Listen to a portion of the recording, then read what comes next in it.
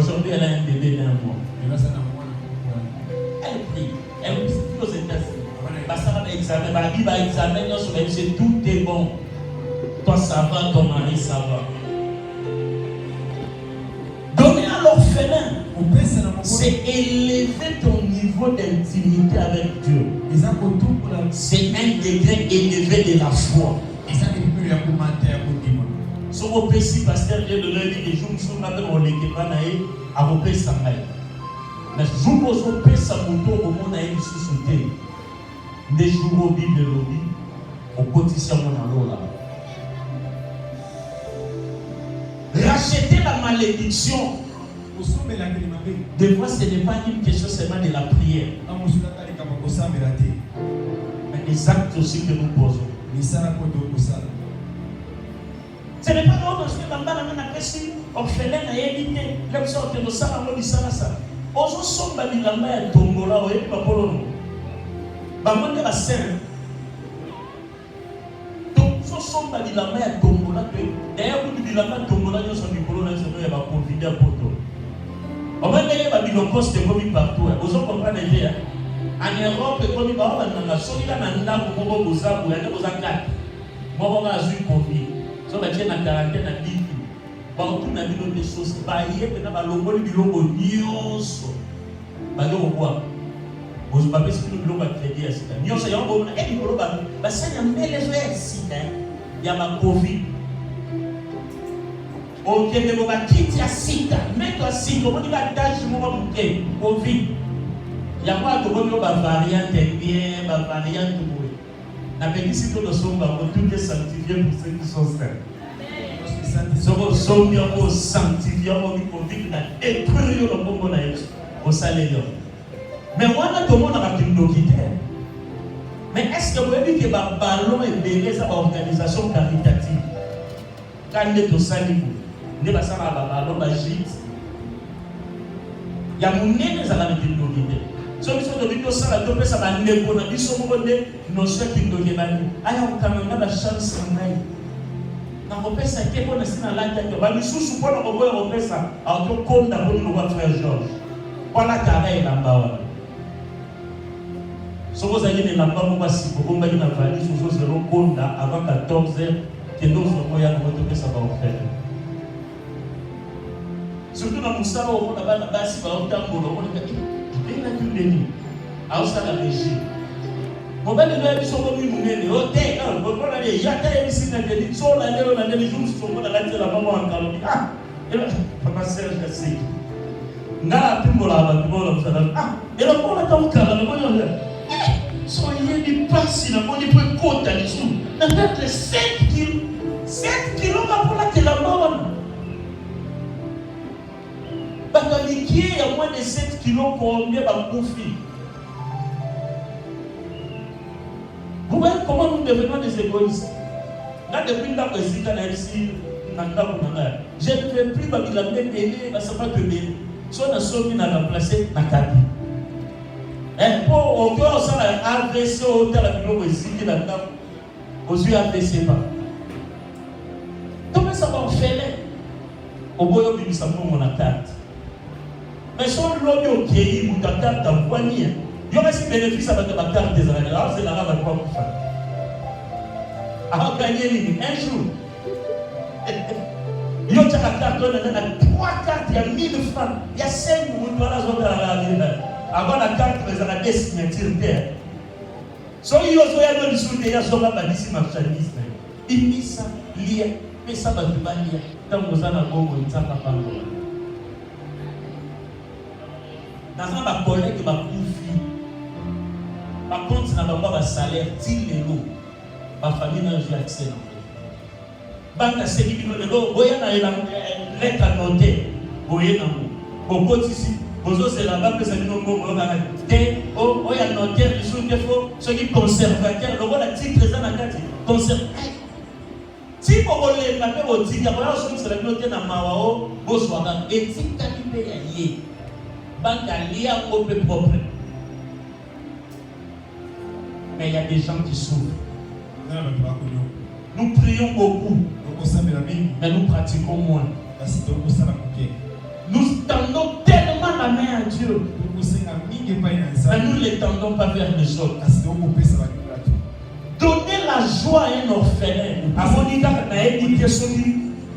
Je vais prendre quoi? Carton et stylo. Classe. Au moins, à comme on a répondu, on a besoin d'un débit. Donc, on est en classe. À Kinshasa, si j'ai vu des enfants aller à l'école, des cahiers, rentrée scolaire. Donc, il entraînait le tout, géographie, histoire, tout, ce qu'on a dans le cahier. Son maman qui a poussé dans le cahier. Mais toi, tu as des enfants, au PC, au monde sous provision, soit le cahier à année. Demain ne nous appartient pas.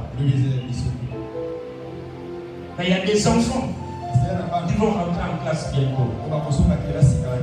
Namba Zui à 4 crayons.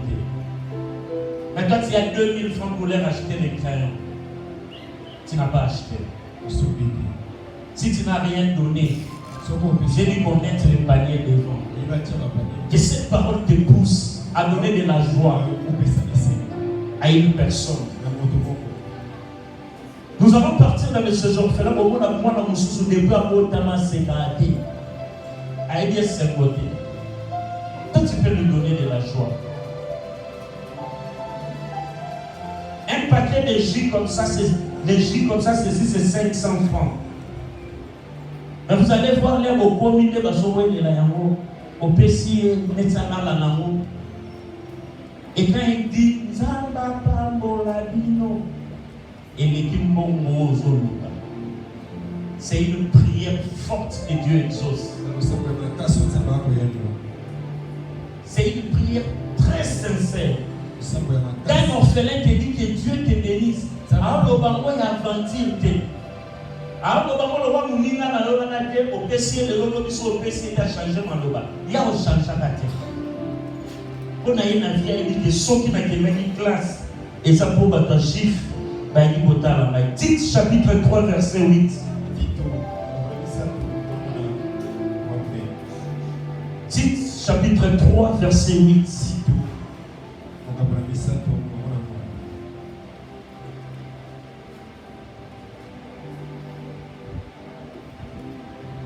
Un profondeur à Kintaboé, la Mogamba a reçoité, l'Ilobaé tout à l'eau, au comprendre.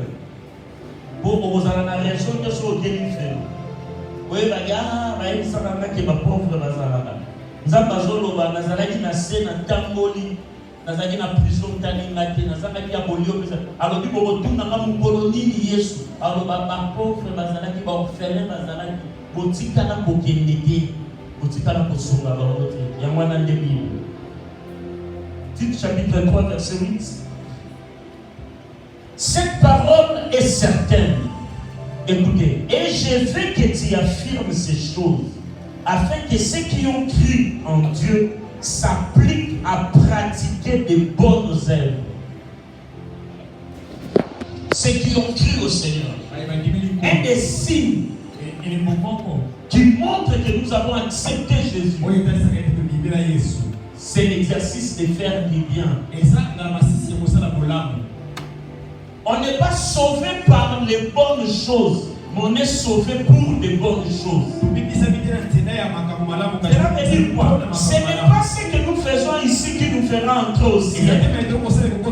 Mais ce qui nous pousse à faire ceci, c'est parce que nous avons été sauvés. Ça, ce n'est pas le travail des musiciens païens, des occultistes. Tu peux critiquer les églises occultes, mais Tabalene va pas mourir.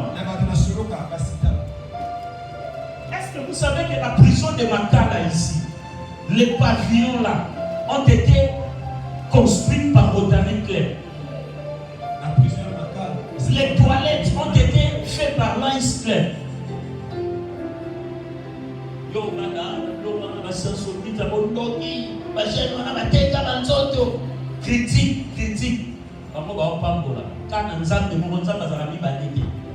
Pourquoi? Parce qu'ils sont en train de faire ce que toi qui pries beaucoup tu ne fais pas. Ces gens partent dans les hôpitaux. Tous les mois peut-être il a dit si ma sœur Ils sont en train d'accomplir ces choses à notre place. C'est pourquoi ils sont plus forts que nos églises évangéliques. Dans l'équipe spirituelle, l'équipe sont dans matériel. Or, nous pouvions les rivaler, les égaler, les dépasser et les assujettir.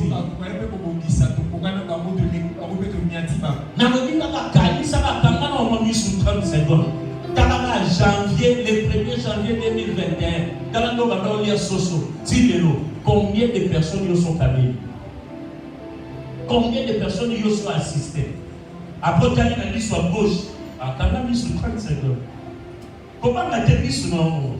Après, quand il a gauche, combien de fois on va assister? Combien de fois on va caber?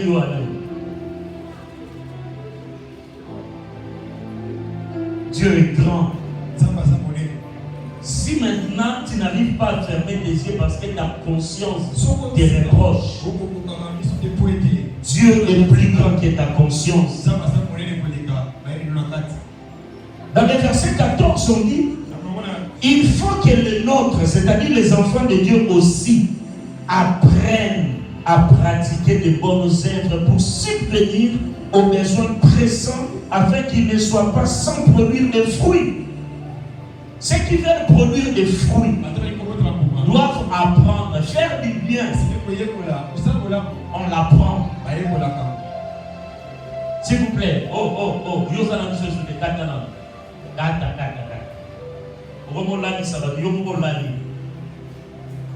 Faire du bien, ça s'apprend. Et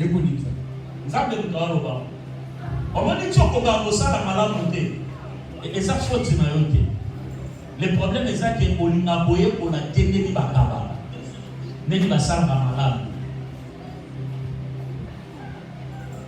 L'apôtre Paul dit il faut que les hommes, c'est-à-dire ce problème n'a pas commencé aujourd'hui.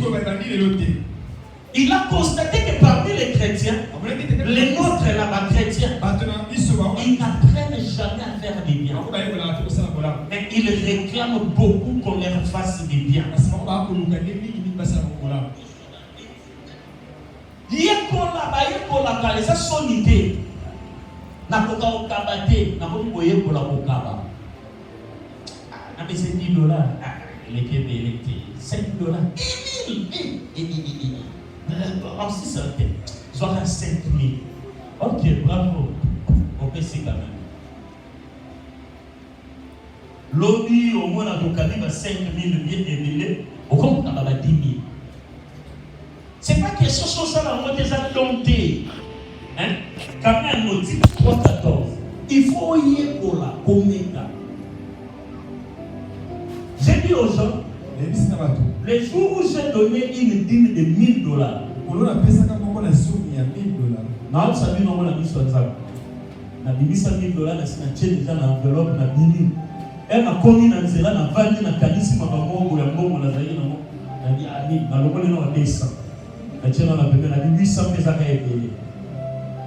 La tienne on a 800 pas maman a volé mais la chose et ça le 800 et dans tout ça maintenant on a 500 alors on est sur 300 et tu gagnes 5 na kaboli on dépose na vomi na église na vani na samedi na samedi au samedi la mozo kunda kati non si on a tena ni zana na kufa kama la mo na kena toilette na zimbo babatanzana na zoni sinyo sur l'enveloppe na valise.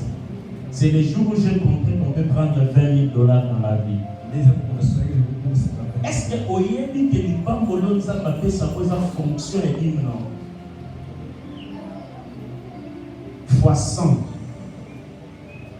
C'est ça la mathématique de la bénédiction. Au moins on peut supposer si ça qui manque au fou. Dieu s'il veut te bénir, il ne peut pas te donner moins, il doit te donner fois 100.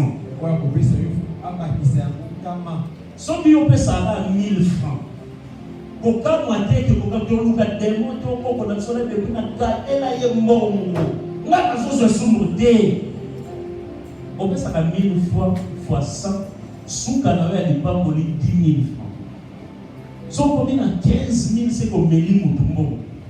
Si on combine à 20,000, c'est qu'on yibi. C'est ça la vérité. apprendre. Il faut qu'on bande Konguluma Kobunda. Natsabino, qui s'est mort.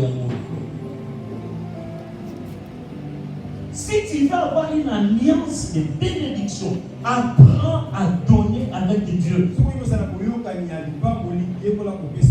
Moi j'avais un beau-frère, ses enfants sont ici. J'allais chez lui. Il n'avait pas une vie chrétienne. Mais je dis ça, nous avons déjà le roi pasteur. Mais ce qu'on va dire, c'est pasteur mystique. Non, ça va dire 12 000, on soit là, il y a 1500, il y a 12 000. Et il y a des gens qui aiment Dieu plus que toi. Et je voyais comment ils étaient bénis.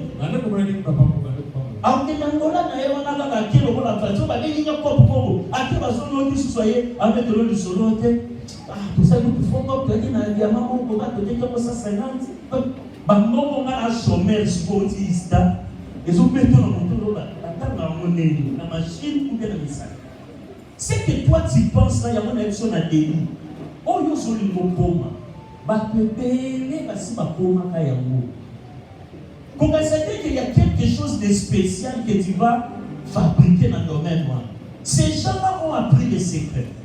Et la plupart des bateaux, ça va dire moi, les difficultés côté libre. Ils va chavirer de l'autre côté, puisque il va se couper sa tata dans le maison facile, parce que ça va être des lignes ici. À ce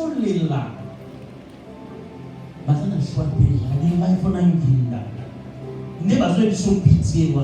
C'est-à-dire, on crée la richesse, et ça, on se avec pitié. C'est-à-dire, considération douloureuse. Quelqu'un parle dans la salle, dans l'état qui zèle, ou bien moi, qui zèle, il doit dire, bon, mais on se dit, c'est bon. Elle se sacrifier pour tout le monde, soit qui zèle, soit à bête, soit une bataille, alors, c'est pour la ceux qui t'écoutent. Alors, Tala, c'est un chef d'esprit. Il va commencer à parler avec toi, mon pour dire maman Nomi. Rendez-vous prochain à elle, soit il va pour dire et sa maman. En fait, qu'est-ce qui va susciter ce que tu cherches? C'est cette douleur-là que tu auras d'avoir sacrifié ce qui t'écoutait. C'est ce que Dieu aussi a fait pour sauver le monde. Il ne pouvait pas donner l'ange Michael. Il ne pouvait pas donner l'ange Gabriel. Il fallait seulement Jésus. On savait pas ce qu'il les selles de son sein. Allez là-bas, il était mort au cas. Pas mon mère, il dit ça à mon cause à la nerf. C'est que la frère, moi, Isaac et Nayoan. Soit Isaac, je n'ai ni tué pour la main de compassion de ces fois-ci. Je voulais que ça soit comme ça. Tous les 3 mois dans ce ministère, Dieu nous avait demandé nos derniers cultes de trimestriels, de 3 mois, et nous allons vers les autres. Et après ce moment, je vous l'ai dit, que tout celui qui a apporté quelque chose, que Dieu se souvienne de nous. Lorsqu'un orphelin se réjouira, lorsqu'une veuve portera ton habit, lorsque ton argent fera du bien à une orpheline ou un orphelin, que Dieu se souvienne de toi. Qui se souvient de toi?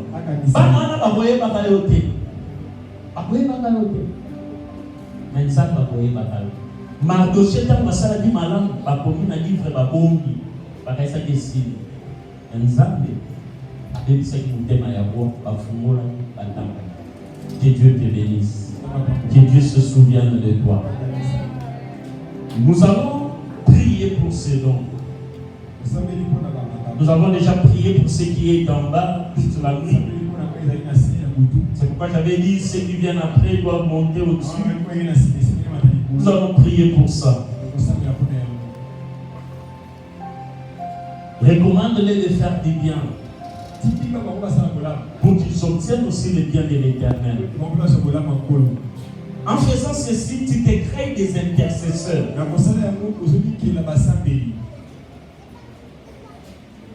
Une fois, j'avais un problème à la maison. C'était sérieux, c'était peut-être quelque chose de public, tout le monde le vivait, c'était un déguerpissement manqué. Ça s'est passé la veille, nous étions dans l'orphelinat, nous avons donné les dons. Et après l'échec de cette action, j'ai reçu le responsable de cet orphelinat. Il me dit, la nuit, il y a eu une petite fille à l'orphelinat, ils étaient en face de chez moi, qui s'est réveillée à 3h du matin. Il est allé réveiller les responsables pour lui dire, tout le monde est là pour un pasteur qui est donné. Le responsable l'a remis au lit. Il dit, l'enfant est revenu, il a commencé à pleurer au point que presque tout le monde était debout.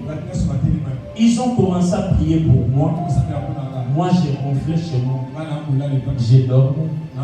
Dehors, le diable préparait son action.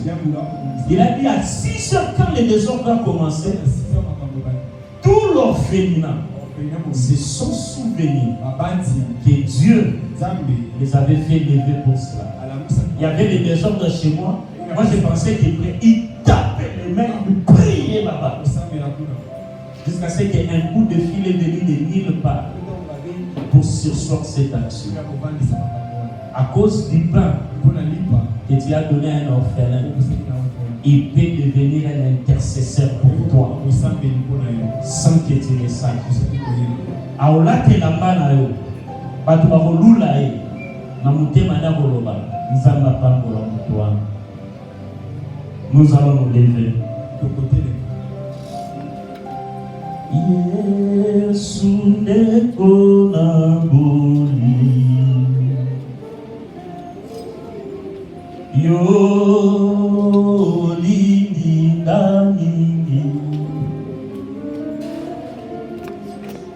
yo kufera kina,